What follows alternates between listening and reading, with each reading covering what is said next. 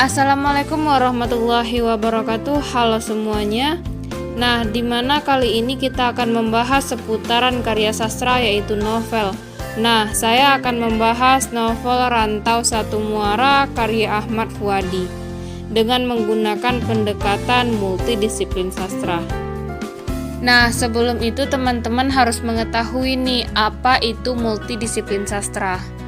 Multidisiplin sastra adalah cara pandang yang menggabungkan dua disiplin atau ilmu tertentu untuk menyelesaikan suatu masalah. Nah, dalam menggunakan pendekatan multidisiplin sastra dan mengaitkannya dengan ilmu sastra, saya akan menggunakan unsur psikologi atau yang dikenal dengan teori psikologi sastra. Teori psikologi sastra adalah kajian sastra yang memandang karya sebagai aktivitas kejiwaan. Pengarang akan menangkap gejala jiwa kemudian diolah ke dalam teks yang dilengkapi dengan kejiwaannya. Menurut Endaswara 2011 halaman 96, psikologi sastra adalah kajian sastra yang memandang karya sebagai aktivitas kejiwaan. Pengarang akan menggunakan cipta, rasa, dan karya dalam berkarya. Karya sastra yang dipandang sebagai fenomena psikologis akan menampilkan aspek-aspek kejiwaan melalui tokoh-tokoh jiwa, kebetulan teks berupa drama maupun prosa. Ratna 2009 halaman 342 sampai 344 mengatakan bahwa pada dasarnya psikologi sastra memberikan perhatian pada unsur-unsur kejiwaan tokoh-tokoh fiksional yang terkandung dalam karya. Menurutnya, tujuan psikologi sendiri adalah memahami aspek-aspek kejiwaan yang terkandung dalam suatu karya. Aspek psikologi sastra dalam novel Rantau Satu Muara karya Ahmad Fuadi ini diteliti psikologi dari tokoh-tokoh dalam cerita tersebut dengan menganalisis perwatakan yang digambarkan. Analisis ini dilakukan dengan teori kepribadian yang dikemukakan oleh Sigmund Freud, seorang neurolog yang berasal dari Australia. Dalam teori psikoanalisis yaitu ego, ID, dan superego. Aspek struktur kepribadian melalui the ID, the ego, dan superego. Nah, menurut Sigmund Freud sendiri, ID adalah aspek kepribadian yang gelap, alam bawah sadar manusia yang berisi insting dan nafsu, tidak kenal nilai dan agaknya berupa energi buta. Sedangkan ego adalah prinsip realita tepat pada pemikiran yang sesuai dengan tuntutan-tuntutan sosial yang rasional dan mengungkapkan diri melalui bahasa. Sedangkan superego itu mengacu pada moralitas dalam kepribadian. Superego sama halnya dengan hati nurani mengenai nilai-nilai baik dan nilai-nilai buruk. Tema dalam novel Rantau Satu Muara adalah tentang pencarian makna hidup, di mana tokoh utama mencari-cari apa artinya hidup. Dengan bertualang keliling dunia, ia tahu makna hidup sesungguhnya. Hidup itu bukan tentang materi maupun jabatan, tetapi hidup itu adalah tentang menjadi hamba yang berkewajiban beribadah kepada Tuhan. Hidup itu seperti perantauan, nantinya ia akan bermuara pada yang satu, yakni Tuhan yang Maha Esa. Nah, walaupun novel Rantau Satu Muara ini bertema tentang makna hidup, tetapi ada banyak sekali kisah yang dapat kita kaji menggunakan teori psikologi sastra.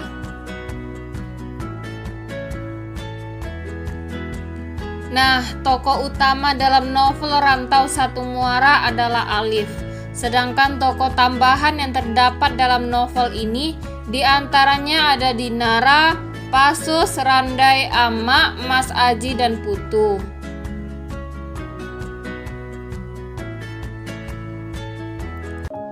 Alif merasa berdiri di puncak dunia. Bagaimana tidak?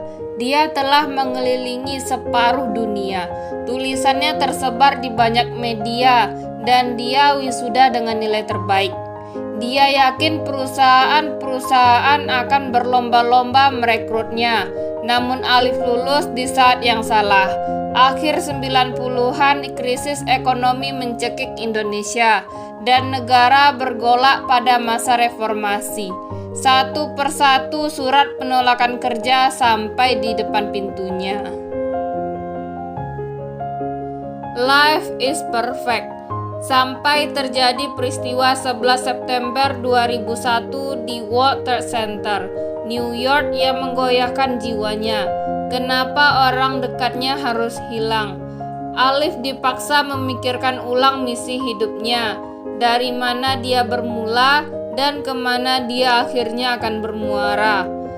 Mantra ketiga, Mansara ala darbi washala. Siapa yang berjalan di jalan akan sampai di tujuan. Menuntun perjalanan pencarian misi hidup Alif, hidup hakikatnya adalah perantauan. Nah, sebagaimana yang telah dikemukakan oleh Fern, di mana ia membagi kepribadian manusia itu menjadi 3, yakni ID, ego, dan superego, dan telah saya jelaskan di awal video saya. ID dapat dilihat dari keinginan Alif untuk meningkatkan harkat dirinya tersebut. Berikut kutipan yang menunjukkan ID dari Alif. Berapa ratus malam sepi yang aku habiskan sampai dini hari untuk mengasah kemampuanku, belajar, membaca, menulis, dan berlatih tanpa henti, melebihi usaha di atas rata-rata orang lain, agar aku bisa meningkatkan harkat diriku. Selain keinginan Alif untuk meningkatkan harkat dirinya, ID pada novel Rantau Satu Muara juga dapat dilihat dari sikap Alif yang tidak ingin diremehkan oleh Randai, keinginan mendapatkan gaji yang besar, dan keinginan membalas seseorang yang telah membuatnya tersinggung. Berikutnya adalah ego. Ego dapat dilihat dari cara Alif dalam mengasah kemampuannya dengan belajar, membaca, menulis, dan berlatih tiada henti. Hal ini dapat dilihat dari kutipan berikut ini. Mungkin benar juga kata pepatah yang konon berasal dari Imam Al-Ghazali. Jika kau bukan anak raja dan juga bukan anak ulama besar, maka menulislah.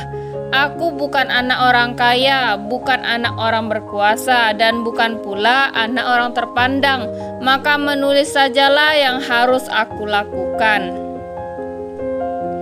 Sedangkan superego pada Alif bermula ketika Alif mendapatkan tugas pertama dari kantornya untuk meliput rapat kontraktor proyek pemerintah. Di sana ia diberikan amplop yang berisi uang dari petugas rapat. Ia tergiur untuk menerima amplop tersebut. Uang itu ia bisa gunakan untuk ongkos makan dan transport.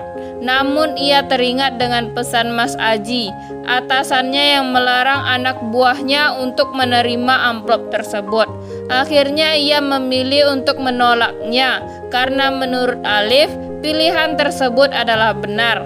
Hal tersebut dapat dilihat pada kutipan novel berikut ini. Setelah acara selesai, aku menemui laki-laki yang bersafari tadi. Ragu sejenak, tapi pada akhirnya aku mengangsur juga amplop itu kembali ke dia. Maaf Pak, saya nggak usah. Nah, itu dia penjelasan dari novel Rantau Satu Muara menggunakan pendekatan multidisiplin sastra dengan membedah menggunakan unsur psikologi sastra atau yang dikenal dengan teori psikologi sastra. Nah, buat yang sudah menonton, saya ucapkan terima kasih. Apabila ada kesalahan, saya mohon maaf karena saya hanyalah manusia biasa dan yang sempurna hanyalah Sang Pencipta. Jangan lupa like, komen, dan subscribe biar saya lebih bersemangat dalam membuat konten-konten berikutnya. Wassalamualaikum warahmatullahi wabarakatuh.